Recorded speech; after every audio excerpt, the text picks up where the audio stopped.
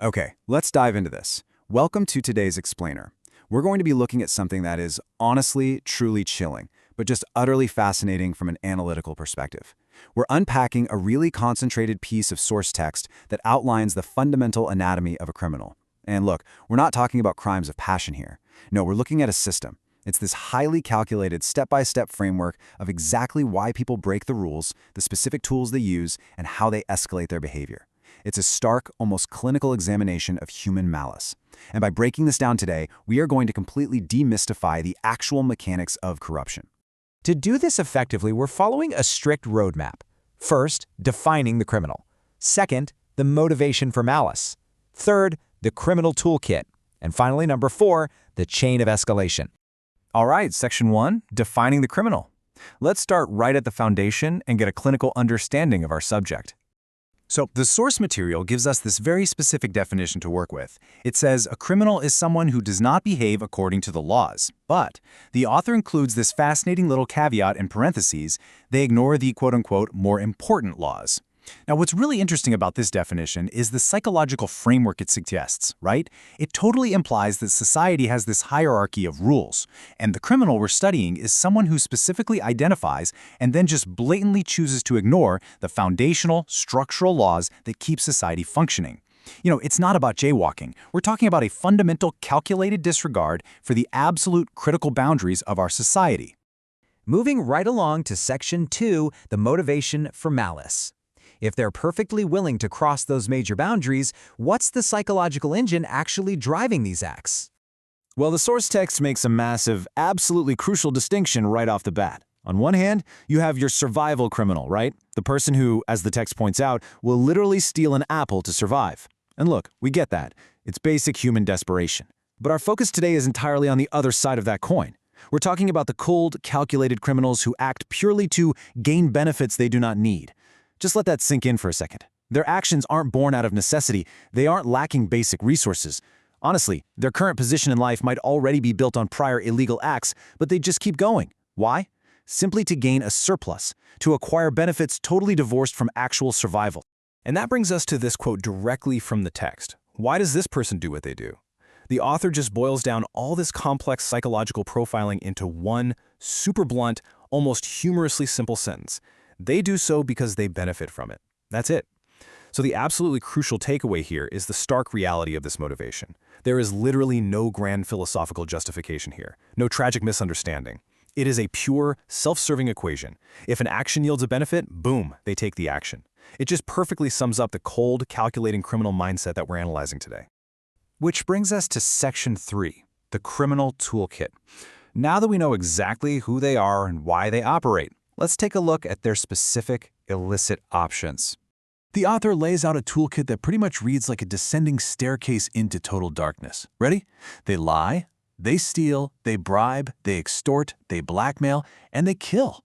The text even throws in this wild blanket statement adding, and anything illegal that I cannot think of. I mean, just consider the sheer volume and audacity of these options. This isn't just one flavor of crime, it's a comprehensive, all-you-can-eat menu of manipulation and destruction, and they use all of it simply to secure that entirely unnecessary benefit we just talked about. But here is exactly where the scale of the threat changes. The text notes that these individuals execute this toolkit either completely by themselves or organized together. And the author drops this incredibly ominous, understated sentence. When organized, a lot of things are possible. I mean, yeah, a solo operator is dangerous, for sure. But when you start networking individuals who are all driven purely by unnecessary benefit, and you arm them with that massive toolkit of extortion, bribery, and violence, the potential for societal damage scales up terrifyingly fast. That phrase, a lot of things are possible, heavily implies deep, systemic, far-reaching corruption. All right, Section 4, the chain of escalation. This is the absolute peak of today's explainer, where we look at their behavior not as some random emotional outburst, but as a relentless, almost robotic computer exploit.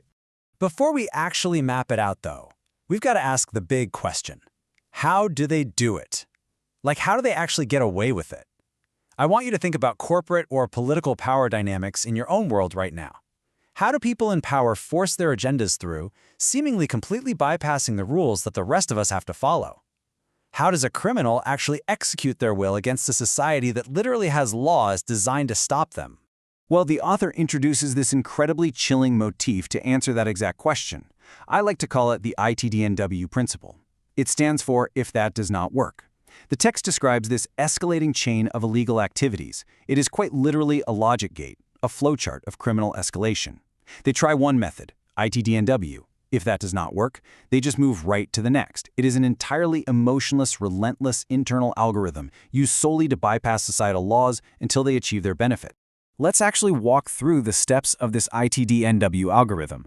Step 1, act legally. You see, it always starts calm. They try to get their way totally within the bounds of the law. It's the path of least resistance, right? But if that does not work, boom, we hit step 2, lie. The text explicitly states that they will lie to get it done. And this is highly calculated. They decide whether to lie with or without public knowledge, based entirely on a cold risk assessment. You know, can the lie be discovered? Can it be proved? Can they be punished? If the risk is acceptable, they lie. But if that does not work, the internal algorithm immediately triggers step 3, and the tension really speeds up here. They involve more people, they use force. This escalation is incredibly rapid, totally mechanical, and just entirely devoid of any moral hesitation. And this brilliantly illustrates the ultimate, absolute, darkest endpoint of the ITDNW chain. When they reach that final stage, when they absolutely have to involve more people to make things happen, they really don't care if they have those people's actual cooperation or not. If people won't help them willingly, the criminal just reaches into the darkest part of their toolkit to enforce that cooperation. We're talking bribery, blackmail, threatening, and ultimately killing. The flowchart only ends when the criminal successfully forces the exact outcome they desire, completely destroying anyone's free will, or even their life, if it stands in the way of their precious benefit. So we've completely broken down the anatomy, the cold definition, the greedy motivation, the brutal toolkit, and that relentless, if that does not work, escalation chain. It is a perfectly designed system for circumventing the rules of society for personal gain. So I want to leave you with this final, genuinely provocative thought to chew on long after this explainer finishes. Look really closely at the structures of power, influence, and wealth around you today. Just how much of our world actually operates on this invisible ITDNW principle? Thank you so much for joining me today, and keep questioning the mechanics of the world around you.